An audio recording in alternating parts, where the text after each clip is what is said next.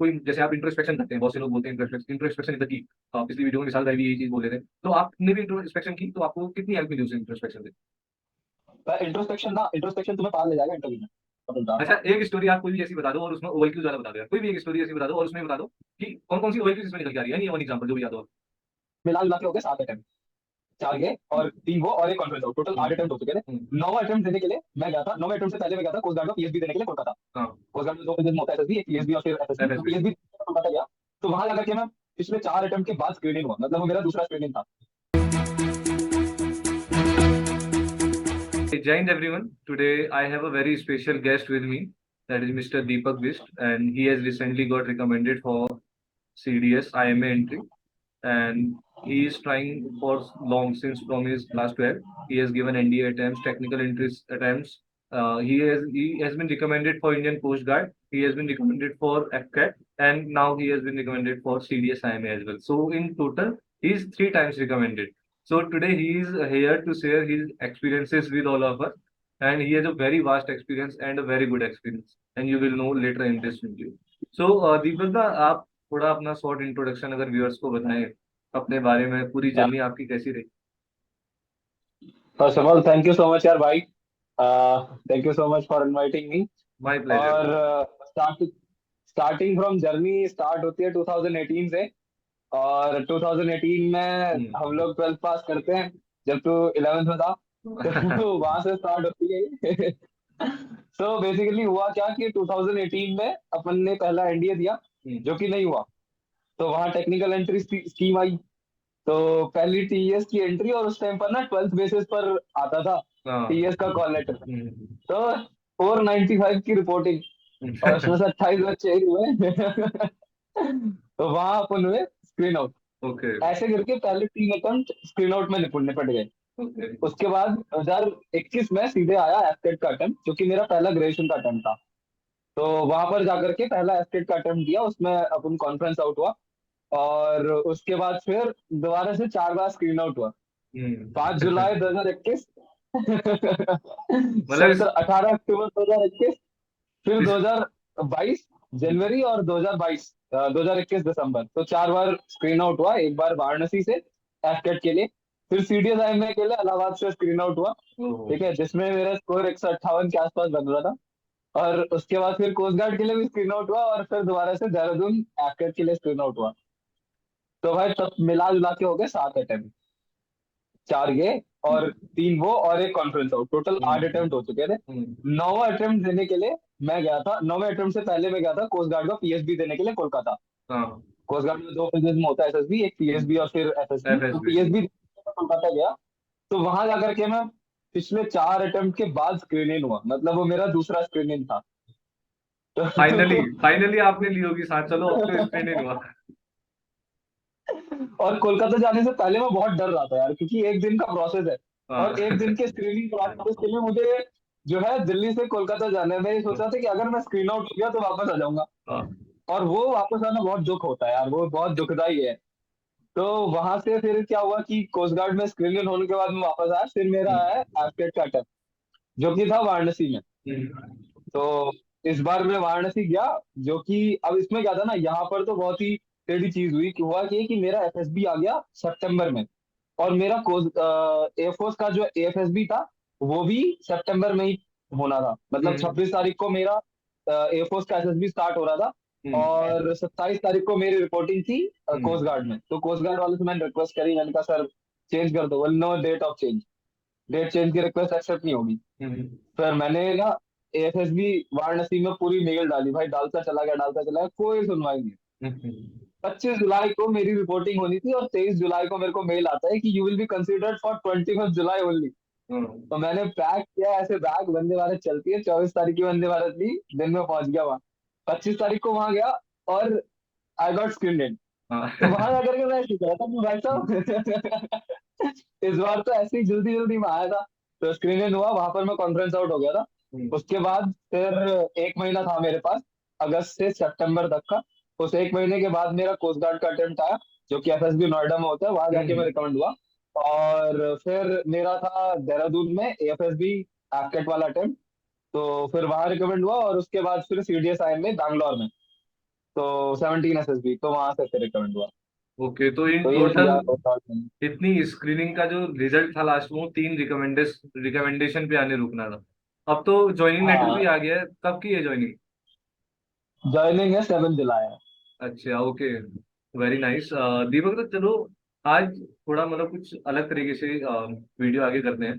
तो आपसे, जैसे साइकोलॉजी में you are very well experience in interview as well, in GTO as well. तो साइकोलॉजी में अगर मैं स्टार्ट करूं, तो आपने कैसे साइकोलॉजी के लिए प्रैक्टिस की? जैसे मैंने आपसे पर्सनली मैं मिला हुआ हूं उनसे, और मैंने उनकी देखी level of storage, it is very high. तो आप कैसे इस लेवल तक गए? लाइक पहले स्क्रीन, इतने स्क्रीन आउट, उसके बाद रेगुलरली तीन, लगातार 3 रिकमेंडेशन। तो कैसे आपने साइकोलॉजी के लिए प्रिपेयर किया?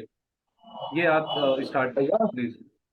हाँ, तो साइकोलॉजी के लिए प्रिपेयर करने का क्या था ना कि पहले मैं स्टोरीज जो लिखता था वो बहुत ही, जैसे मार्केट में जो कहते हैं ना कि हाई लेवल स्टोरी बना दो, ठीक है। तो वहां पर क्या था कि हाई लेवल स्टोरीज में मैं क्या करता था, मैं हम्म। अपने गोल को इतना ही तगड़ा कर देता था कि किसी में मैं अपने आप को साइंटिस्ट दिखा रहा हूँ, किसी में मैं हम्म। अपने आप को डॉक्टर दिखा रहा हूँ। तो एक चीज रियलाइज होनी ये थी कि भाई जिस चीज के बारे में मुझे नहीं पता, उस चीज के बारे में स्टोरी नहीं लिखूंगा। पहला रियलाइजेशन था मेरा ये, कि अगर मेरे को इस चीज के बारे में नहीं पता मैं स्टोरी नहीं लिखूंगा। जी। दूसरा ये था कि मैं स्टोरी लिख रहा था तो मेरे को एक्शंस चाहिए थे। अगर मेरी स्टोरी में 8-10 एक्शंस है कट कट कट करके, अगर मान लो कोई चीज ऑर्गेनाइज करानी है तो मुझे पहले उसके बारे में रिसर्च करना है, फिर प्रिपेयर करना है, फिर प्रमोशन कराना है, ऐसे करके मेरे पास स्टेप बाय स्टेप एक्शंस हैं। तो उन एक्शंस को ले करके फिर जो है मैं स्टोरी फ्रेम कर रहा था। तो ये दूसरा पार्ट था स्टोरी फ्रेम करने का टीएटीज में। तीसरा जो मोस्ट इंपॉर्टेंट था वो था कि मेरी अपनी डायरी, जिसमें मैंने ना अपनी लाइफ से रिलेटेड सारे इंस्टेंसेस लिखे हुए हैं। जैसे कि ये दोनों चीजों में हेल्प करती है, इंटरव्यू में भी और साइकोलॉजी में भी। तो एग्जैक्टली। जैसे स्कूल में मैंने क्या क्या किया, तो स्कूल में मैंने सीक्वेंस वाइज लिख दिया कि एज ए हेड बॉय क्या क्या किया, एज ए हाउस कैप्टन क्या क्या किया, ठीक है। और क्या क्या रिस्पॉन्सिबिलिटीज मैंने ली, एनसीसी में क्या रोल प्ले किया, ठीक है, एनुअल फंक्शन में क्या रोल प्ले था, और फेयरवेल में क्या रोल प्ले किया, ऐसे करके मैंने स्कूल में सारी एक्टिविटीज लिखी। In the same way colleges में जिस जिस डिफरेंट सोसाइटीज में मैं था, मैंने उनमें सारी एक्टिविटीज लिखी। और एट द एंड जैसे मैं एनजीओ में काम कर रहा था काफी ज्यादा, काइंडलीज जिसमें मैं काम करता था, तो उससे रिलेटेड चीजें मैंने लिखी कि प्लॉगिंग ड्राइव क्या होती है, और इन जो क्लीननेस ड्राइव्स है इनमें क्या काम करते हैं, और मैराथन्स कैसे ऑर्गेनाइज कराते हैं। इस तरीके से मैं जो है सीक्वेंस वाइज सारी चीजें ऐड ऑन कर रहा था उस पूरे रजिस्टर में। और उसके बाद एक लास्ट आता है फैमिली और सोसाइटी। तो फैमिली और सोसाइटी में मैंने ये लिखा कि क्या अपनी फैमिली में मैं क्या क्या करता हूँ। जैसे बर्थडे ऑर्गेनाइज करा दिया, मम्मी पापा की एनिवर्सरी ऑर्गेनाइज करा दी, छोटे भाई को पढ़ा दिया। तो ये सारी डेली लाइफ चीजें हैं, बट ये ना एक थीम बना देती है। और जब ये एक थीम बनाती है तो it will give you real life situations और real life actions that you do in your daily life. अगर तुम अपने छोटे भाई को पढ़ा रहे हो तो it is the real life actions that you will write, ठीक है। क्योंकि उसमें तुम वही चीजें लिखोगे कि भाई मैंने जो है सबसे पहले उसका सिलेबस प्रिपेयर किया, देन फिर मैंने उसको जो है उस प्रिपेयर एग्जाम के बारे में अवेयर कराया, एग्जाम पैटर्न समझाया एंड सो ऑन। तो these are the real life actions that will go on. तो एक मोस्ट इंपॉर्टेंट चीज मेरे को याद रहती है जो है आरएलपी, जिसमें हम कहते हैं कि रियलिस्टिक होगा, प्रैक्टिकल होगा, लॉजिकल होगा। तो हर स्टोरी में यही चीजें चेक कर रहे थे कि जब मैं प्रैक्टिस करता था तो मैं और मेरा दोस्त भानु जब हम प्रैक्टिस कर रहे होते थे तो हम दोनों यही चेक करते थे कि यार क्या रियल एक्शंस आ रहे हैं, क्या हम लोग जो एक्शन है उनको खुद से रिलेट कर पा रहे हैं या नहीं, ठीक है। तो ये दो चीजें बहुत इंपॉर्टेंट थी एग्जैक्टली। टीएटी के पर्सपेक्टिव से। तो और रही बात डब्ल्यूएटी की, तो डब्ल्यूएटी में यार मुझे लगता है कि मैं हमेशा एक्शन वर्ड लिख के आया हूँ अपने तीनों प्रीवियस अटेम्प्ट्स में। मैं किसी भी वर्ड पर एक्शन ओरिएंटेड अप्रोच की तरफ जा रहा होता था कि अगर कोई भी वर्ड मुझे लिखना है, कोई भी एक्सरसाइज लिख लिया, वर्कआउट लिख लिया, तो वर्कआउट से क्या एक्शन प्ले कर रहा है, मतलब वर्कआउट से मेरी लाइफ में क्या एक्शन आता है। अगर मैं वर्कआउट कर रहा हूँ तो उससे मेरी लाइफ में क्या चेंज आ रहा है, तो वो एक एक्शन ओरिएंटेड अप्रोच ला रहा था। मतलब प्रीची ओरिएंटेड अप्रोच को छोड़ करके एक्शन ओरिएंटेड अप्रोच की तरफ जा रहा था। और देन एसआरटी तो सबका सेम होता है कि लूप कंप्लीट करना है एसआरटी में। एसआरटी बेशक बड़ी बड़ी लिख लो, बट लूप कंप्लीट जरूर करो। कोई भी एक एसआरटी में 3-4 एक्शंस जरूर होने चाहिए कि पहले ये किया, ये किया, ये किया, ये किया, एट द एंड जहां पर सिचुएशन शुरू हुई थी वहीं पर वो सिचुएशन खत्म करनी है। और एसडीटी तो सबका सही होता है, बट ट्राई करो कि एसडीटी में बखान करने से ज्यादा है कि जब हम लिख देते हैं सीधे सीधे एडजेक्टिव्स, उससे अच्छा है कि उन चीजों को थोड़ा सा इलाबोरेट करके समझा दो कि भाई क्यों मैं ये चीज कह रहा हूँ। अगर मैं कह रहा हूँ कि I play important role in family discussion, तो वहां पर मैं ये दिखा रहा हूँ कि मेरे अंदर सेंस ऑफ रिस्पॉन्सिबिलिटी है। I am matured enough that मेरी फैमिली मेरे को इन्वॉल्व कर रही है फैमिली डिस्कशंस में। एग्जैक्टली। तो इस तरीके से वर्ड को थोड़ा बहुत घुमा करके करना था। बाकी ओवरऑल जो पीएटीज का पार्ट है उसमें सबसे इम्पोर्टेंट है कि जो अपनी ओएलक्यूज हैं उनसे रिलेट करना बहुत जरूरी है। कभी भी एक मैं स्टोरी लिखता था तो मैं ये देखता था कि कौन सी ओएलक्यूज इसमें दिख रही हैं। मेरे जो मेरी टेबल है उसमें सामने ना ओएलक्यू का चार्ट चिपका रखा है। तो कोई भी स्टोरी लिखता था तो ये सोचता था कि अच्छा मैं क्या क्या दिखा रहा हूँ इसमें। एट बी एंड टेस्ट तो ओएलक्यू के बेसिस पर ही होना है। यस, तो एग्जैक्टली। वो एक पार्ट बहुत इंपॉर्टेंट था। अच्छा, एक स्टोरी आप कोई भी ऐसी बता दो और उसमें ओवल क्यूज वाला बता दो यार, कोई भी एक स्टोरी ऐसी बता दो और उसमें बता दो कि कौन कौन सी ओवल क्यूज इसमें निकल के आ रही है, एनी वन एग्जांपल जो भी याद हो आप। ओके। तो एक स्टोरी सपोज एक पिक्चर जो थी वो हम्म। ये थी कि एक बंदा जो है एक मार्केट का पूरा सीन है, पीछे मार्केट वार्केट ग्रोसरी स्टोर वगैरह लिखा हुआ है। और एक बंदा साइकिल पर जा रहा है और उसके पीछे ना साइकिल का जो पीछे वाला पार्ट होता है जिसमें वो साइकिल की जो चेयर होती है पीछे वाली, हाँ। उस वाले पार्ट पर कुछ सामान बांधा हुआ है। हम्म। तो यहाँ से मैंने क्या रिलेट किया था, मैंने ये रिलेट किया कि अच्छा ये बंदा साइकिल से घर जा रहा है ना, तो क्या हो सकता है इसमें। तो मैंने यार कहा कि मैं साइकिल से घर कब जाता हूँ, सामान लेने जाता हूँ, ग्रोसरी लेने जाता हूँ, दुकान की ग्रोसरी लेने जाता हूँ। तो यहाँ पर मैंने ये दिखाया कि भाई मेरे मम्मी पापा की एनिवर्सरी है, तो उस एनिवर्सरी को हम लोग सेलिब्रेट कर रहे हैं। तो हम्म। यहाँ पर क्या हुआ कि सबसे पहले मैंने, अब कोई भी अगर हम इवेंट कराते हैं घर में या फिर कोई भी चीज हम सरप्राइज प्लान करते हैं तो सरप्राइज को डिस्कस भी तो करना है। हम्म। और मेरी दो एल्डर सिस्टर्स है, दोनों मैरिड है और छोटा भाई है, तो अब घर में तो मैं डिस्कस करूंगा नहीं। तो मैंने क्या किया कि एक व्हाट्सएप ग्रुप बना लिया जिसमें अपनी दोनों सिस्टर्स को और अपने छोटे भाई को ऐड किया। ये मेरे एक्शंस थे जो मैंने लिख के स्टोरी में। ठीक है, he created a WhatsApp group of all his siblings, then he started discussing about what are the roles and responsibilities of each other. और उसके बाद क्या किया कि हम लोगों ने आपस में काम डिवाइड किया। ठीक है, मैंने अपने भाई के साथ जा करके जो है जो केटरिंग वगैरह का काम था वो देखा। एक पूरी गेस्ट की लिस्ट मैंने बनाई, अपने भाई को सौंपी और मेरे भाई ने कॉल किया तो काम असाइन हो गया, हम्म। ड्यूटीज शेयर कर दी। ठीक है। एंड जो भी ग्रोसरी वाला सामान था वो मैं अपनी साइकिल पर लेकर के आया। मैं हैबिचुअल साइकिलिंग वगैरह करता हूँ, तो इसलिए फिर मैंने एक्शन खुद डाला कि साइकिल पर मैं पीछे जो है सामान वामान रख करके बांध के लेके आया घर।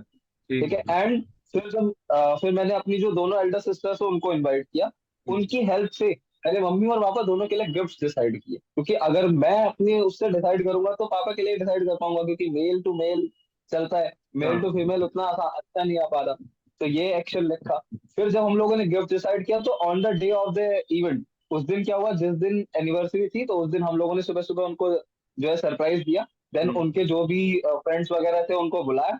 और जब उनके फ्रेंड्स वगैरह आए तो उनको गिफ्ट दिए, एवरीबॉडी इंजॉयड। ठीक है। और अब एंडिंग क्या होता है, एंडिंग में ना जैसे ही लोग आए तो उनको थैंक यू बोलना है। तो with all his siblings he thanked all the guests and also took the click some good pictures at okay. the end of the event।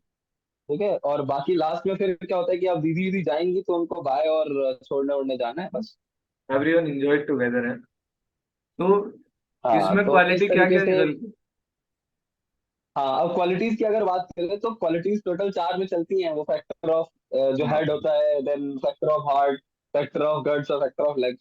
तो अब स्टार्ट करते हैं ऊपर से। तो मैं जिस तरीके से सीक्वेंस बना रहा था तो मैं ये देख रहा था कि अच्छा क्या चीज मैं कर सकता हूँ, क्या चीज मेरा भाई कर सकता है।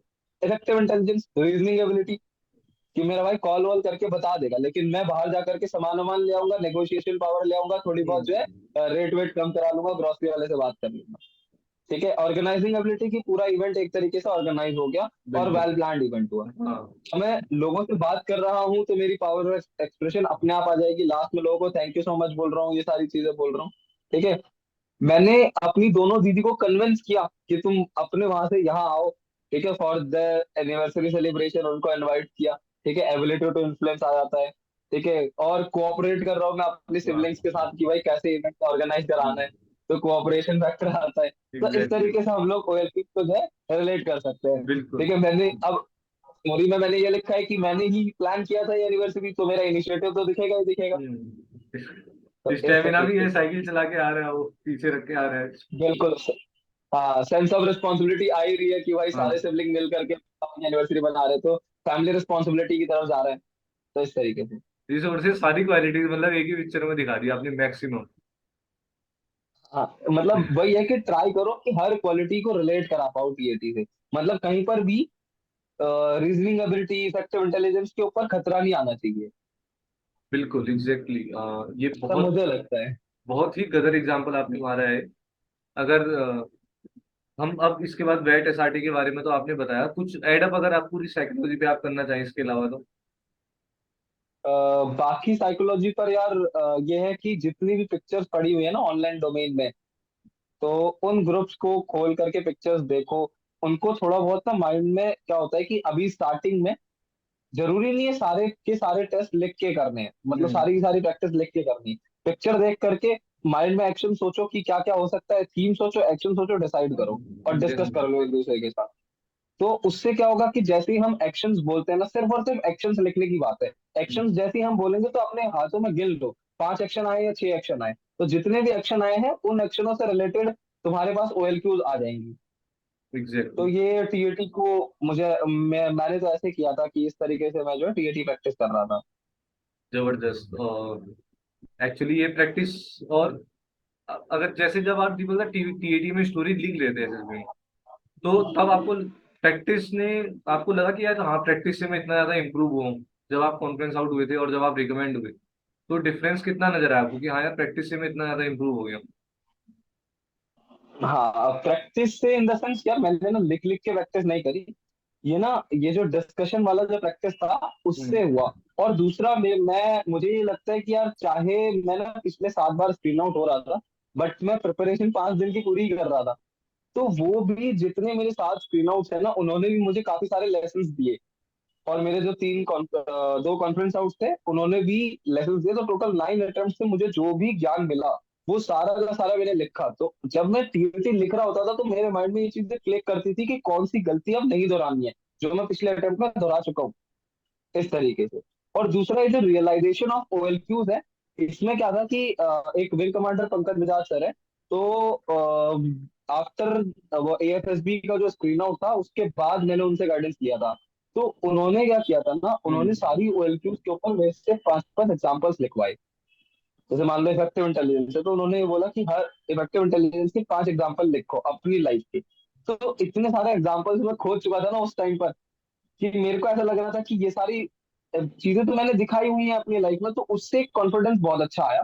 और दूसरा जो रियलाइजेशन ऑफ ओएलक्यूज है वो मुझे दिखा कि कहाँ पर मैं इफेक्टिव इंटेलिजेंस एक्चुअल में दिखा रहा हूँ, हाँ। कहाँ पर मैं एक्चुअल में रीजनिंग एबिलिटी दिखा रहा हूँ। जब उनसे डिस्कस किया तो फिर पता चला कि एक्चुअल में इफेक्टिव इंटेलिजेंस दिखती कहाँ पर है, रीजनिंग एबिलिटी दिखती कहाँ पर है।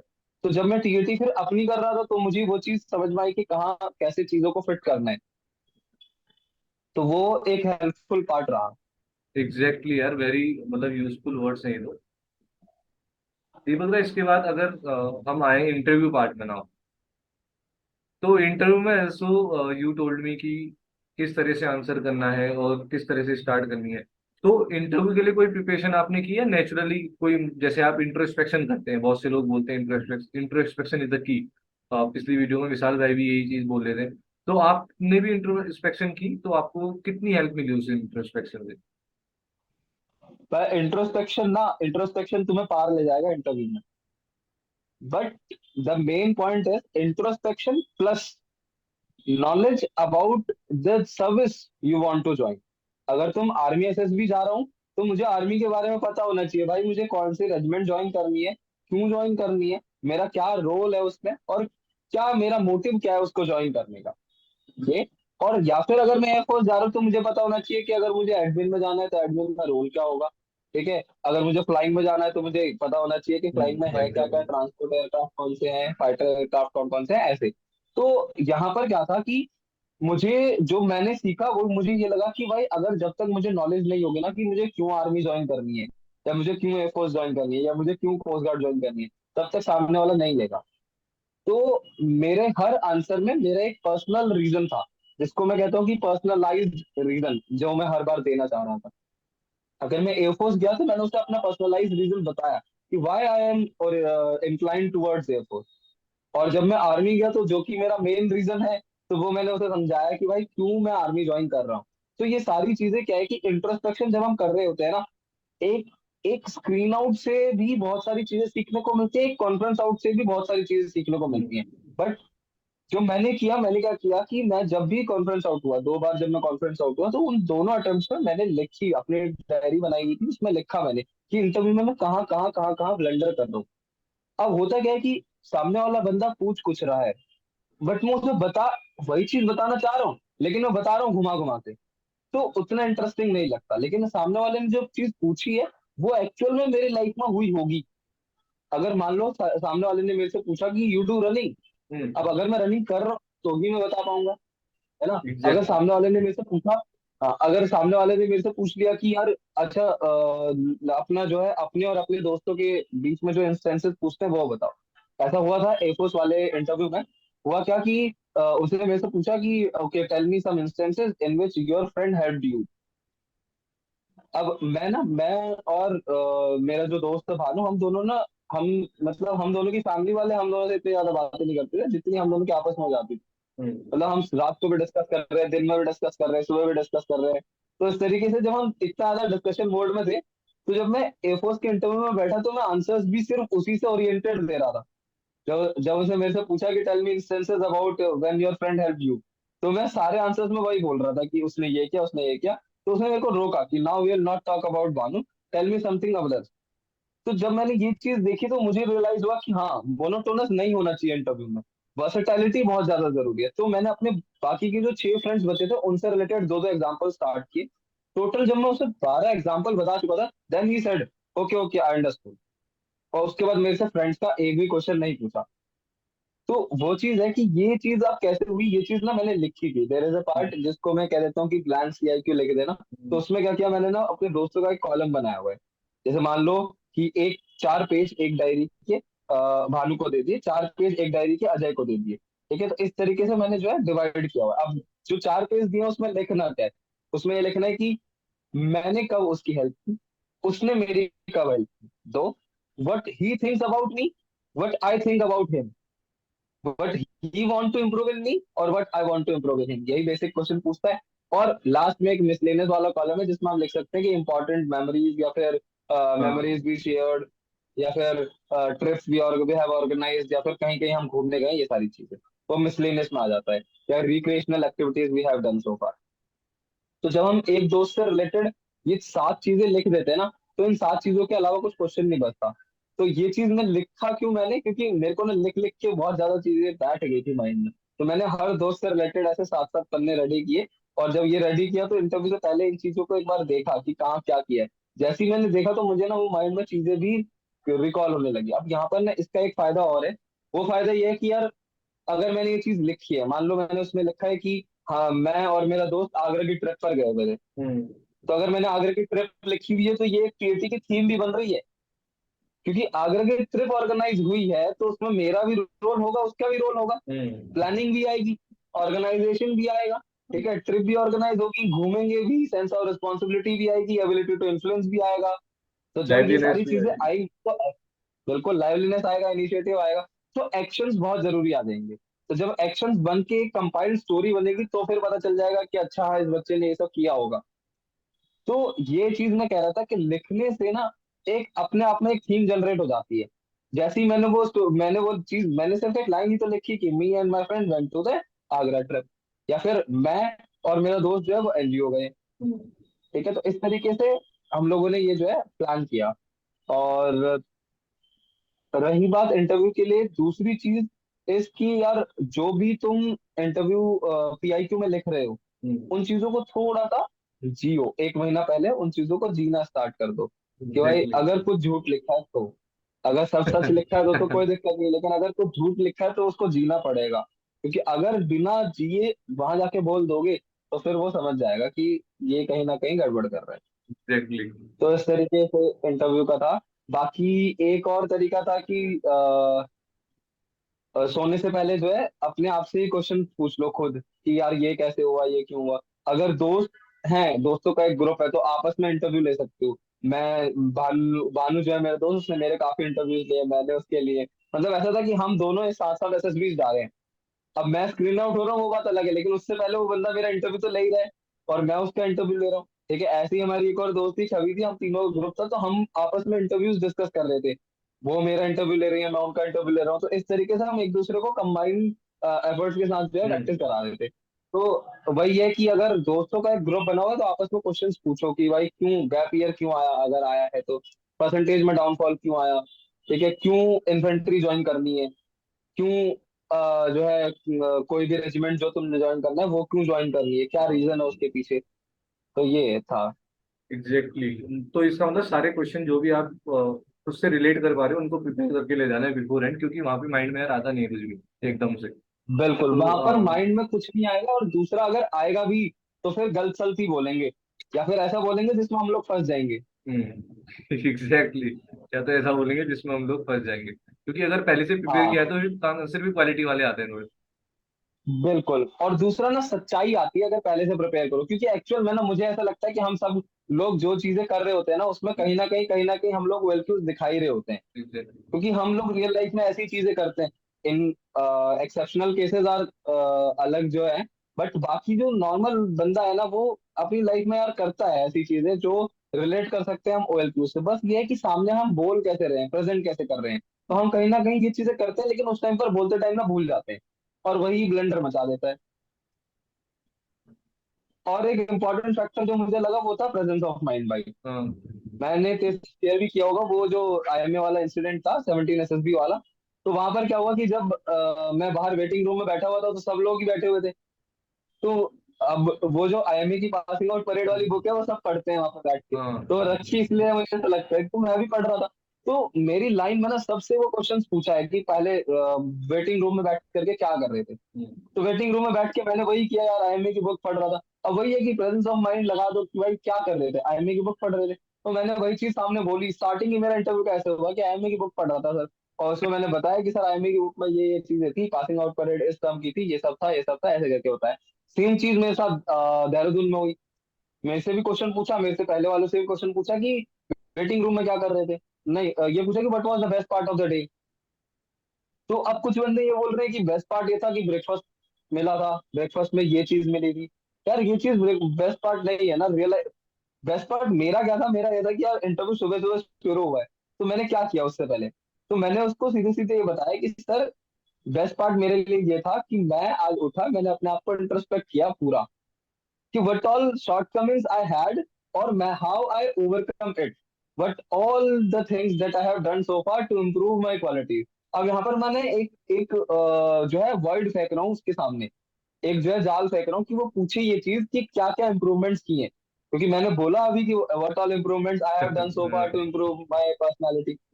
तो छूटते ही अगला क्वेश्चन ये है कि क्या इम्प्रूव किया ये बताओ। तो ये चीज मैं प्रिपेयर था कि ये पूछेगा ही वो, और ये चीज मुझे बतानी भी थी क्योंकि मैंने इम्प्रूवमेंट किया है। पिछले 7 स्क्रीन आउट से मैं ये सारी चीजें सीखा हूँ, यही तो तुम्हें बताने आया हूँ सर यहाँ पे। ये चीज थी। और दूसरा, यहीं पर मैंने ये बोला कि सर देहरादून से ही मैं एक बार कॉन्फ्रेंस आउट हो चुका हूँ और एक बार स्क्रीन आउट हो चुका हूँ। तो this time I am hoping for the third one. तो ये थोड़ा मैंने लाइट मारा कि सर तो थोड़ा सा वो आ गया था, मतलब थोड़ा मैं हंसने लगा और थोड़ा वो भी हंसने लगा, तो उसने सीधे मेरे से पूछ लिया कि क्या इम्प्रूव किया वो बताओ। तो मैंने फिर समझाया कि सर वो 7 स्क्रीन आउट ने क्या क्या सिखा दिया, कैसे कॉन्फिडेंस आउट ने इम्प्रूव कराया, तो ऐसे करके। तो कुछ कुछ आंसर्स ना तुम्हें पता होता है कि वो क्या क्वेश्चन पूछेगा, क्योंकि तुम ही उसे क्वेश्चन दे रहे हो। जैसे ही तुम उसे क्वेश्चन देते हो कहीं ना कहीं अपने। म्यूट हो गया आपका, म्यूट। हाँ, तो जो भी आंसर हम उसको सामने बोल रहे हैं ना, तो वो उसको हम एक बार घर पर बोल के देखेंगे तो हमें खुद पता चलेगा कि यार कहाँ पर वो क्रॉस क्वेश्चन कर सकता है। वो इसके बाद मेरे को क्या पूछेगा। अगर एग्जैक्टली। मैं कह रहा हूँ कि सर मुझे जो है कुमाऊं ज्वाइन करनी है, तो वो छूटते ही ये पूछेगा क्यों करनी है जो कुमाऊं ज्वाइन, ये पता होना चाहिए। अगर मैं बोल रहा हूँ सर जी इन्फेंट्री ज्वाइन करनी है, तो वो पूछेगा इन्फेंट्री क्यों, आर्मर्ड आर्टी क्यों नहीं। तो ऐसे करके क्रॉस क्वेश्चनिंग पक्का आएगी। तो क्रॉस एग्जैक्टली। क्वेश्चनिंग का खुद को पता होना चाहिए कि कहाँ क्या आएगा। बिल्कुल। दीपक ना, इसके अलावा बैंगलोर वाली एसएसबी में आपसे कुछ ऐसे क्वेश्चन पूछे हैं उसने जो आप शेयर करना चाहो? हाँ यार, बैंगलोर वाली एसएसबी में ना मेजर पार्ट जो चला वो ये था कि क्यों एयरफोर्स नहीं जाना, क्यों आर्मी जाना है।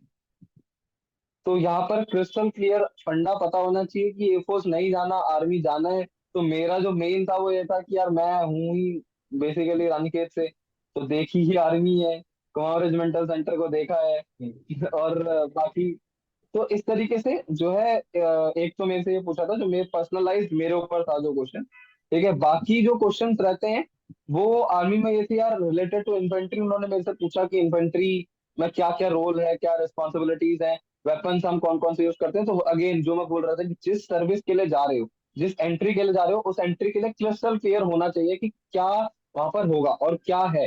अगर कोस्ट गार्ड के लिए जा रहा हो तो मुझे रोल्स एंड रिस्पॉन्सिबिलिटीज सारी पता होनी चाहिए कोस्ट गार्ड की, 10 की 10, है ना। तो इस तरीके से ये था। एग्जैक्टली। और बैंगलोर में मेरे से यार जीके जीएस के ऊपर इतने क्वेश्चंस नहीं पूछे, दो ही क्वेश्चन पूछे थे। एक क्वेश्चन पूछा था कि जो है अभी जो टर्की earthquake आया था उस टाइम उसका क्या इम्पैक्ट पड़ेगा और इंडिया के ऊपर क्या इम्पैक्ट पड़ रहा है। तो सेकंड क्या था? और दूसरा था मिडिल ईस्ट कंट्रीज। और मिडिल ईस्ट कंट्रीज में वो वहां पर बता रहा हूँ एक दो बताई और उसके बाद में कहता सर, सर ऐसे करके कह रहा तो मेरे को सामने हंसने लग गए कि तुम पूछ रहे हो या फिर बता रहे हो। तो ये था। तो मिडिल ईस्ट कंट्रीज भूल गया उसमें। तो बाकी और कुछ इतना खास नहीं पूछा था यार। Okay, we are done with the interview part now. So we will continue with the GTO part with Mr. Deepak.